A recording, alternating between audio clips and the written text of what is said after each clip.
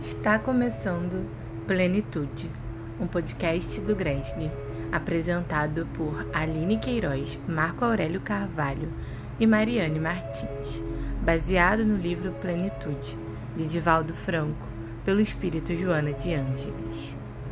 Bons estudos! Olá pessoal, tudo bom? Aqui quem fala é Marco Aurélio, um dos trabalhadores do GRESG, do Grupo de Estudos Espíritas Saint-Germain. E hoje eu estou trazendo mais um episódio do nosso trabalho, do nosso estudo sobre o livro Plenitude, de Joana de Ângeles. Vou pedir uma desculpa inicial para vocês, que eu estou um pouquinho gripado, com uma tossezinha meio chata, então em alguns momentos talvez eu acabe tossindo. Mas acho que o mais importante é a gente estar junto aqui e hoje falar do capítulo 3 desse livro. É o nosso quarto episódio e a gente vai falar do terceiro capítulo. O nome do capítulo é Origens do Sofrimento. Então vamos a ele, pessoal. Logo no início desse capítulo, Joana vem e traz o seguinte: ainda segundo o budismo, as origens do sofrimento se apresentam através de condições internas e externas, resultando daí outras duas ordens, as kármicas e as emoções perturbadoras. Então, para começar, nesse capítulo, a gente vai entender da onde é oriundo, onde se origina o nosso sofrimento, os tipos de causa que ele pode ter e entender um pouquinho da nossa responsabilidade sobre essas origens. E ela faz essa divisão de kármicas e emoções perturbadoras. Numa explicação ainda superficial, ainda inicial, as kármicas, aquelas oriundas de experiências do passado, de outras vidas, de coisas, de atos que a gente teve, de decisões que nós tomamos em vidas anteriores, que de alguma forma provocam efeitos, na nossa vida atual. E emoções perturbadoras, algo mais voltado ao presente. Algumas emoções, o ódio, um monte de outras emoções que a gente vai comentar, que de alguma forma afetam também a nossa vida atual, fazem o sofrimento surgir. É como se a gente pudesse sofrer com origem em vidas passadas e com origem no nosso comportamento presente. E Joana é muito clara quando ela, no início desse capítulo, vem e mostra um conceito que talvez seja o conceito mais difícil de aceitar, mas mais realista dentro da doutrina espírita, que é a nossa responsabilidade. Ela fala: o homem é a síntese de suas próprias experiências, autor do seu destino. E esse ponto é muito importante da gente refletir se a gente quer entender a origem do sofrimento. Nada do que a gente vive agora é provocado por ação de outro. Não. É a nossa responsabilidade. São nossas vidas, nossa construção que fizeram a gente chegar até aqui, que fizeram a gente estar no estágio atual de evolução, com dificuldades ainda, com sofrimentos ainda, com uma série de questões a resolver, mas é muito importante que a gente se coloque na posição correta. Nós somos os capitães do nosso navio, nós somos aqueles que dirigem a nossa jornada, nós somos os responsáveis por tudo que nos acontece. E isso a doutrina espírita fala claramente quando ela vem e dá essa responsabilidade. E muitas vezes as pessoas acabam fugindo até não só da doutrina, mas dessa ideia, porque é difícil esse papel, essa posição de eu sou responsável pelo que me acontece. E aí é importante entender, que é quase uma lei da física que a gente está falando aqui. Lá na física, Newton, cientista famoso que estudou, tem vários conceitos importantes na ciência, ele fala de uma das suas leis, que é da ação e reação. Ele diz que toda ação provoca uma reação de mesma intensidade, sentido oposto. Na física é um conceito de ir e voltar, de uma força que empurra e que faz uma reação naquele corpo que age, sofrendo também uma força da mesma intensidade, no sentido oposto. Mas na nossa realidade isso também é muito presente. Tudo que a gente faz gera uma consequência, uma reação da nossa evolução, da nossa jornada. O que a gente comete hoje vai provocar efeitos hoje, talvez, na próxima vida, talvez, quem sabe, daqui a muitas vidas.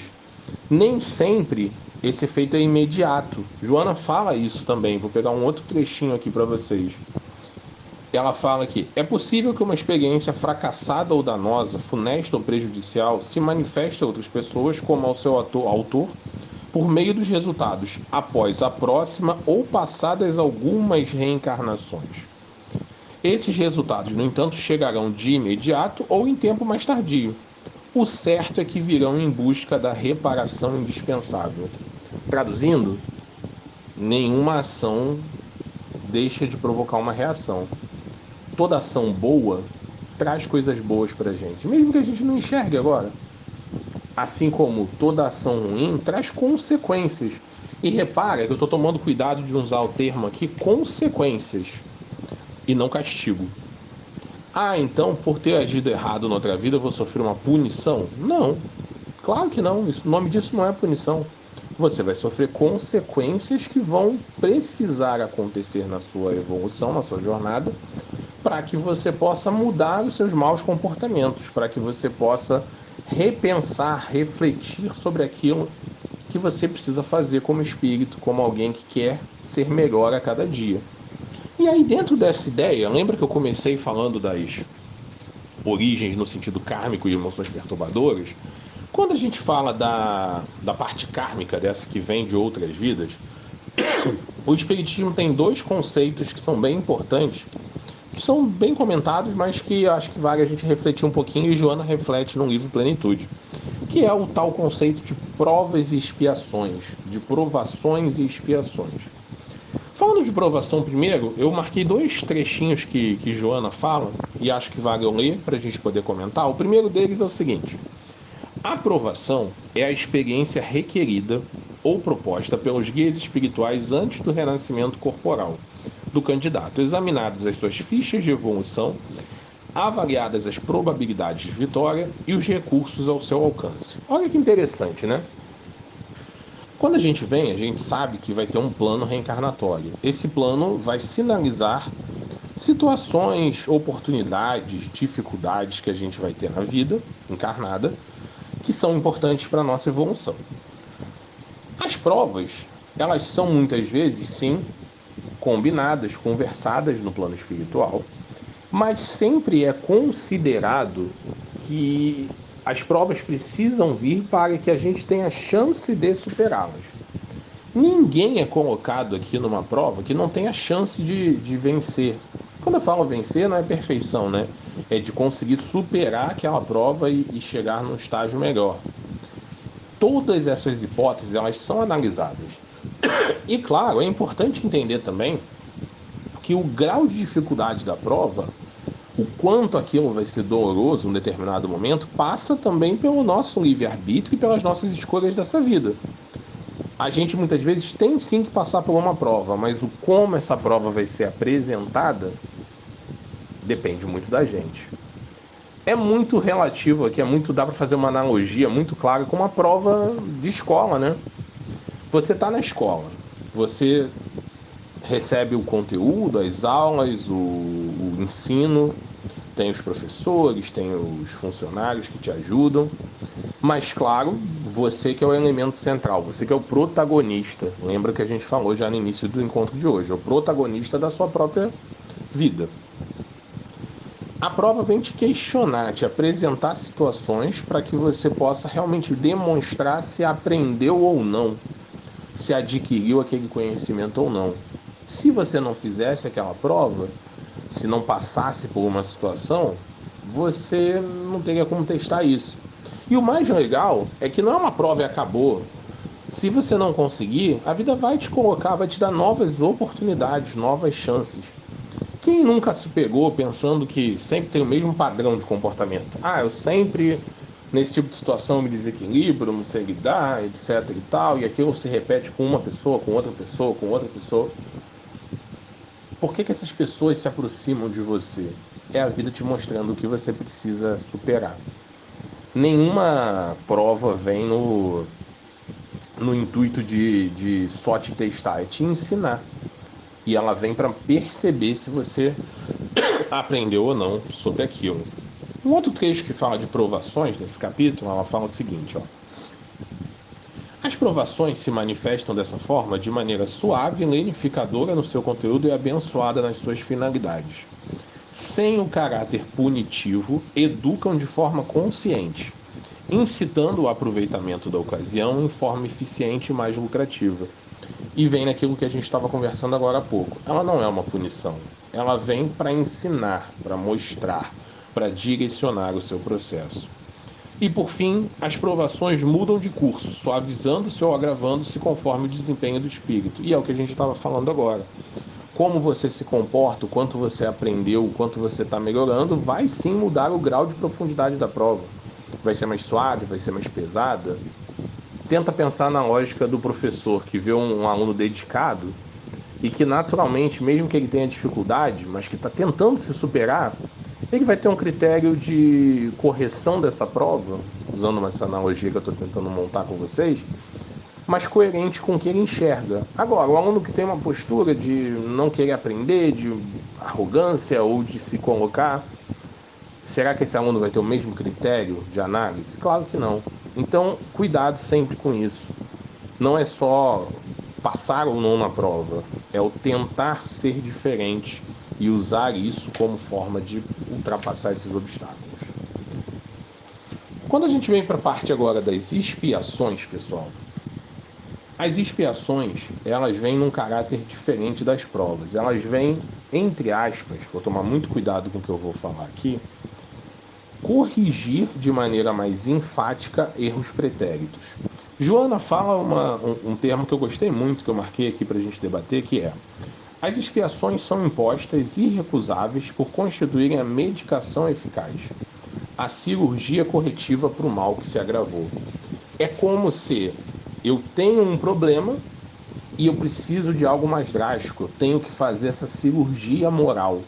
E aí vem uma expiação, às vezes nos olhos de uma vida só, da encarnação cruéis, e a gente muitas vezes tem dificuldade de entender, mas se a gente tenta olhar num ângulo maior, a gente vai entender o motivo. Sem querer generalizar, né, eu vou dar um exemplo aqui para tentar ficar mais claro o que eu estou querendo dizer, jamais querendo generalizar, porque cada caso é um caso. Muitas vezes a gente não entende o porquê uma criança nasce com uma deficiência, uma paralisia cerebral, um problema que surge, que faz ela ter uma dificuldade de movimentação, de comunicação, enfim. Você olha e pensa, poxa, mas por que ela veio assim? Por que ela está passando por isso? Ela não fez nada nessa vida. Claro, realmente, nessa vida não. Mas por mais difícil que seja, e de novo, com cuidado de não generalizar, a gente não sabe o que aconteceu lá atrás. Muitas vezes é uma bênção, por exemplo, vir sem poder ter a movimentação completa ou sem poder ser autônomo, independente, porque talvez seja um espírito que, por vidas e vidas e vidas, comete o suicídio e vai agravando a sua situação moral. Então, quando ele vem numa condição de encarceramento no corpo físico, ele consegue não cair nessa armadilha e vivenciar o que ele precisa vivenciar, mesmo que não tenha a plenitude da consciência disso. O corpo não tem, mas o espírito ele está vinculado ali e ele consegue sentir. Então as expiações elas vêm normalmente em caráter mais intenso, porque elas vêm resolver através de algo mais denso, mais pesado, problemas pretéritos. Eu estou dando esse exemplo da paralisia cerebral, enfim, que a gente sabe que os casos existem, mas existem muitas formas de vir as expiações de situações na nossa vida que a gente simplesmente não tem controle e que acontecem. O que a gente precisa entender é a necessidade de aceitar, entender a origem desse sofrimento, que é o tema do capítulo. E aí vai vários casos, né? Também, claro, tem casos de pessoas que vêm em missão, como o livro cita, né? Jesus como exemplo máximo, Francisco de Assis, que elegeu a pobreza como forma de ajudar o próximo, de ser um exemplo para o próximo, entre tantos outros, né? Mas as expiações fazem parte. Para fechar essa partezinha, lembra o que eu estou falando até agora? são as origens kármicas do sofrimento, essas origens oriundas das nossas vidas pretéritas. Enquanto as provações constituem forma de sofrimento reparador que promove, as expiações, desculpa pela tosse, gente, as expiações, por vezes, restauram o equilíbrio perdido, reconduzindo o delituoso à situação em que se encontrava antes da queda brutal. Ela vem para tentar trazer aquele espírito de volta para o caminho. Só que para isso, muitas vezes, ela vem de uma forma mais, como eu disse, intensa, provocando com que ele tenha algum tipo de limitação ou alguma consequência na sua vida. Indo para o final desse capítulo e para a segunda parte dele, peço desculpa que o episódio hoje é um pouco longo, que tem muita coisa para a gente comentar. Lembra que lá no início eu falei de duas origens possíveis, as origens kármicas, que agora a gente entendeu que são as provas e expiações, e as causas atuais, coisas, emoções perturbadoras que vêm e trazem dificuldades para a nossa vida, né, para o que a gente está vivendo agora. E dentro dessas situações, Joana traz alguns pontos que eu achei bem interessantes. E o primeiro deles é muito legal, quando ela fala de senso de humor. Vocês já viram aquelas pessoas que de repente são muito fechadas, não acham graça de nada, estão sempre ali de cara fechada, né? Quando vem uma brincadeira, claro, uma brincadeira agradável, né? Qualquer brincadeira, não conseguem se envolver. Joana fala sobre isso. A perda do senso de humor torna a criatura carrancuda e artificial, muitas vezes gerando emoções perturbadoras. Isso é muito legal, né? A gente já ouviu de espíritos que acompanham o nosso trabalho uma frase que eu acho bem interessante, que é o sejam ridículos. Ser ridículo num ângulo material parece uma coisa boba.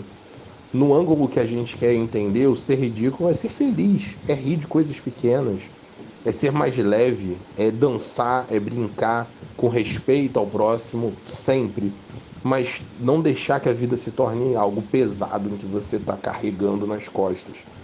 Isso é importante. Assistir aquele vídeo engraçado, ouvir uma piada saudável, ver um filme de comédia que possa acrescentar ali uma felicidade. Às vezes ver uma foto de um animal, de uma criança que traz aquele sorriso, que joga hormônio de amor no seu corpo físico.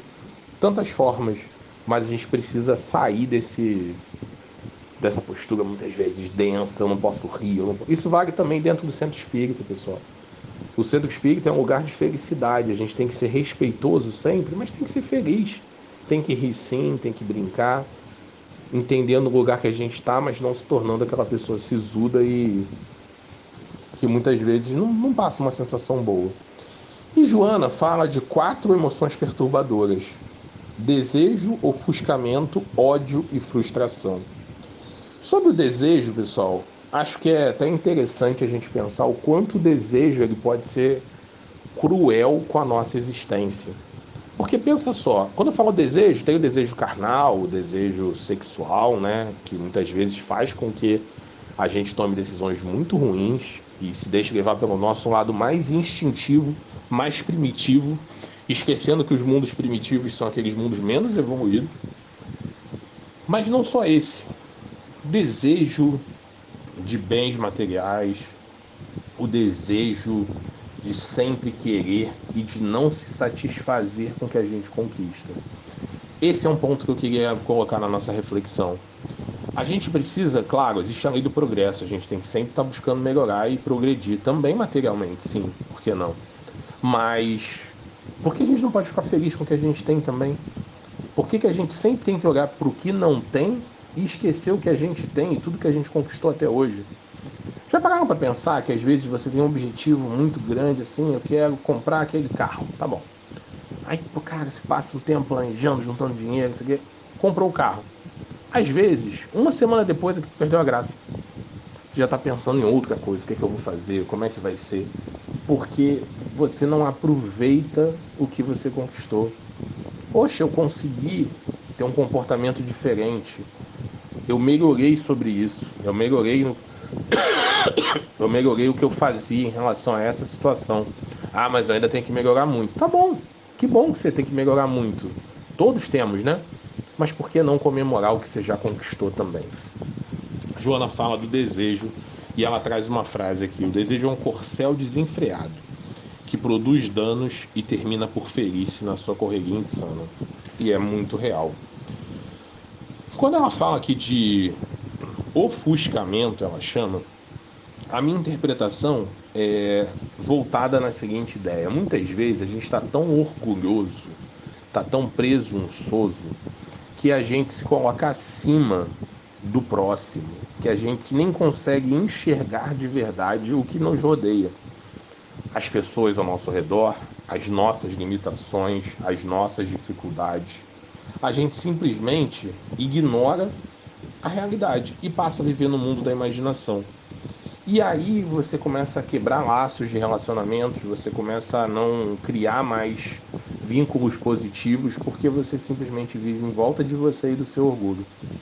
O quanto isso não é cruel. A verdade, pessoal, é que a gente precisa de pessoas.